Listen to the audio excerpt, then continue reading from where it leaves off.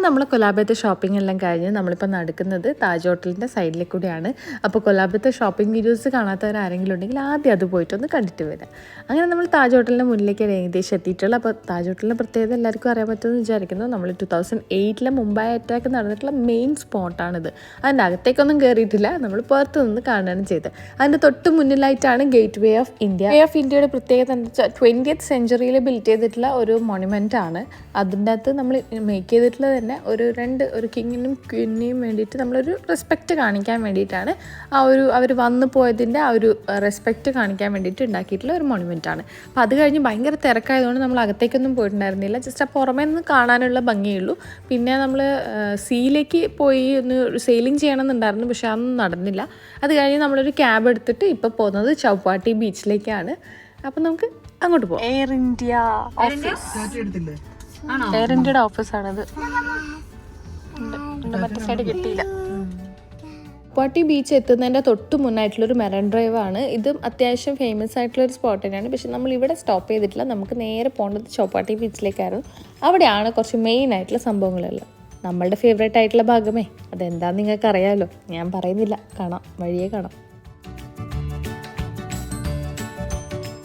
നമ്മൾ ഗിർഗോൺസ് ചൗപ്പാട്ടിയിൽ എത്തിയിട്ടുണ്ട്. ചൗപ്പാട്ടി ബീച്ചാണിത്. അപ്പോൾ ഇവിടെ മെയിനായിട്ട് നമുക്കുള്ള ഫ്രണ്ട്സിനും ഫാമിലീൻ്റെ കൂടെ ഒക്കെ വന്ന് ചില്ല് ചെയ്യാൻ പറ്റിയൊരു സ്പോട്ടാണ്. പിന്നെ നമ്മളെ ഫേവറേറ്റ് പാർട്ടായിട്ടുള്ള സ്ട്രീറ്റ് ഫുഡ് കിട്ടുന്ന ഒരു സ്പോട്ടാണ്. യൂഷ്വലി സ്ട്രീറ്റ് ഫുഡ്സ് നമുക്ക് എല്ലാവിടെയും കിട്ടും, പക്ഷേ നല്ല രീതിക്ക് ഒത്തൻറ്റിക് ടേസ്റ്റിൽ, അതായത് ഒത്തിരി ഹൈജീൻ എന്നല്ല പറയുന്നത്, നല്ല ഒത്തൻറ്റിക് ടേസ്റ്റ് കിട്ടണമെങ്കിൽ ഇങ്ങനത്തെ സ്പോട്ടിലേക്ക് വരേണ്ടി വരും. പാവ് ഭാജിയാണ് ഈ ഉണ്ടാക്കി കൊണ്ടിരിക്കുന്നത്. അതിൻ്റെ ബന്ന് ഇങ്ങനെ ബട്ടറിൽ മിക്സ് ചെയ്തെടുക്കുകയാണ് ചെയ്തത്. ഈ മസാല ഓൾറെഡി ആയിട്ടുണ്ട്. പാനിപൂരിയാണ്.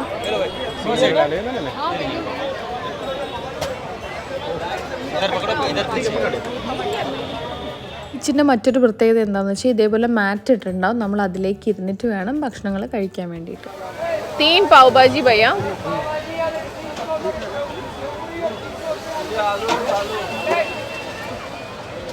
എല്ലാത്തിനും ഒരേ മസാലയാണ്. ഇതിൻ്റെ അകത്ത് വെള്ളം ചേർത്ത് മിക്സ് ചെയ്യാൻ തോന്നുന്നു പരിപാടി. എന്തായാലും കാണാൻ നല്ല അടിപൊളിയായിട്ടുണ്ട്. ഇങ്ങനെ മിക്സ് ചെയ്തെടുക്കുന്നുണ്ട്. നമുക്കിപ്പോൾ സെർവ് ചെയ്തിരും. നമ്മളെ പാവ് ഭാജിയുടെ പാവൊക്കെ ഇവിടെ റെഡി ആയിട്ടുണ്ട്.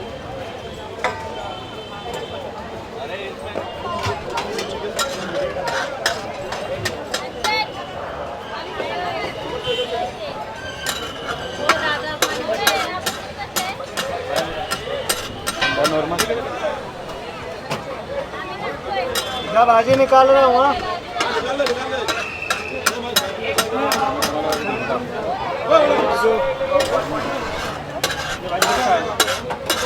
ഇതിൻ്റെ ഇടയിൽ കൂടെ ചൂടാക്കി ഈ പാനിലേക്ക് ഇട്ട് ചൂടാക്കുകയാണ് ചെയ്യുന്നത്.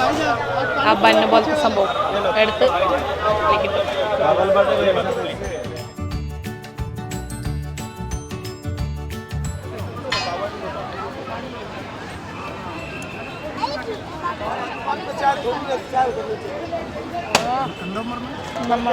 Pav bhaji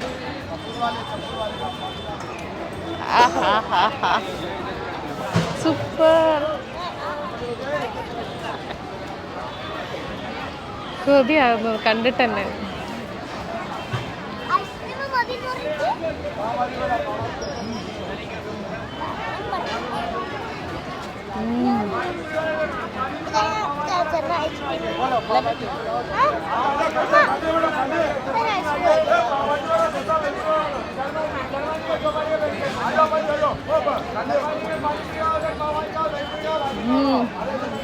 So good. Gula, sherbet, soda, आइएगा.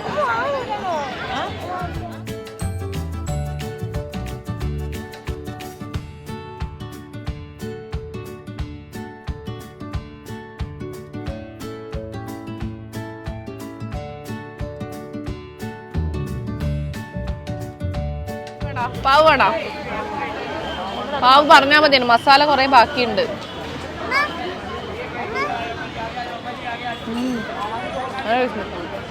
ആണോ? ഒത്തൻറ്റിക് സ്ട്രീറ്റ് ഫുഡ് കിട്ടണമെങ്കിൽ ഈ ഭാഗത്തോട്ടൊക്കെ വരേണ്ടി വരും അല്ലേ? മോളിൽ നിന്ന് വെച്ച പാവ് ഭാജി കാട്ടിലും നല്ലതാണ്.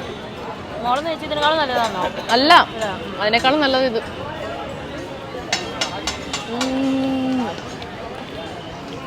ബാക്കിയുള്ള ഐറ്റംസ് പാനിപ്പൂരി ബാക്കിയുള്ള ഐറ്റംസ് വഴിയെ കഴിക്കാം. വെള്ളം ഇരിക്കുന്ന സ്ഥലമല്ല.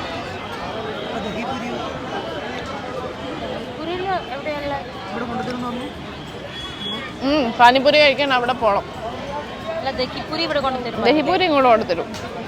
അതെന്ന് വെച്ചാൽ സെർവ് ചെയ്ത് കൊണ്ടുവരുന്നതല്ലേ. അതിനകത്ത് ഒഴിച്ചല്ലേ ഇതിങ്ങനെ പാനി ഇങ്ങനെ ഡിപ്പ് ചെയ്യണ്ടേ, ലൈക്ക് പാനിയിലേക്ക് ഡിപ്പ് ചെയ്യണ്ടേ.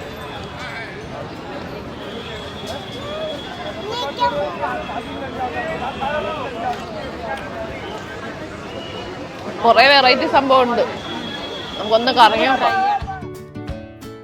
ഇതാണ് ഗോഗോള. നമ്മളെ നാട്ടിൽ ചെത്ത ഐസ് എന്നൊക്കെ പറയില്ലേ, ആ സംഭവം തന്നെ. അതിങ്ങനെ ഐസ് ചെത്തിയിട്ട് അതിനിങ്ങനെ ഷേപ്പാക്കി അതിൻ്റെ അകത്തേക്ക് ഒരു സിറപ്പിൽ ഡിപ്പ് ചെയ്തിട്ട് വലിച്ച് വലിച്ച് കുടിക്കുകയാണ് ചെയ്യുന്നത്.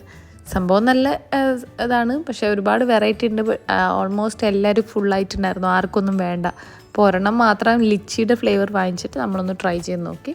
കുഴപ്പമൊന്നുമില്ലായിരുന്നു. പക്ഷേ ആ ഐസ് എനിക്ക് അത്ര വിശ്വാസമില്ലാത്തതുകൊണ്ട് അധികം കഴിക്കാൻ തന്നില്ല, പണി കെട്ടിപ്പോവും ചിലപ്പം. അതാണ് ഇങ്ങനത്തെ ഏരിയയിൽ നിന്ന് കഴിക്കുമ്പോൾ പ്രത്യേകം ശ്രദ്ധിക്കേണ്ട ചില കാര്യങ്ങളാണ് ഇതൊക്കെ.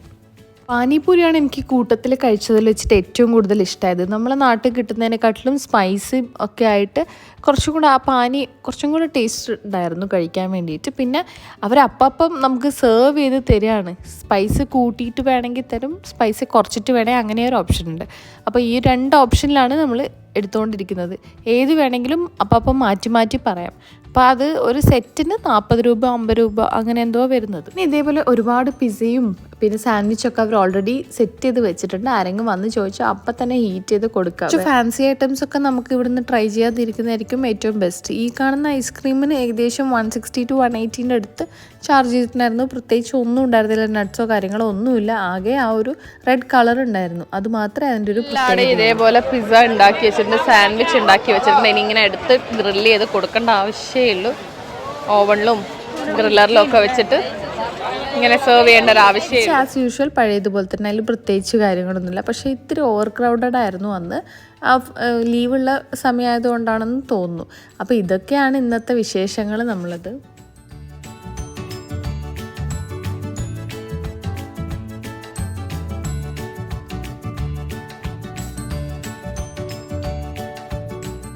ഇന്നത്തെ വീഡിയോ ഇത്രയേ ഉള്ളൂ. നിങ്ങൾക്ക് എല്ലാവർക്കും ഈ വീഡിയോ ഇഷ്ടപ്പെട്ടിട്ടുണ്ടെങ്കിൽ എന്തായാലും ഷെയർ ചെയ്യണം, ലൈക്ക് ചെയ്യണം, കമൻറ്റ് ചെയ്യണം.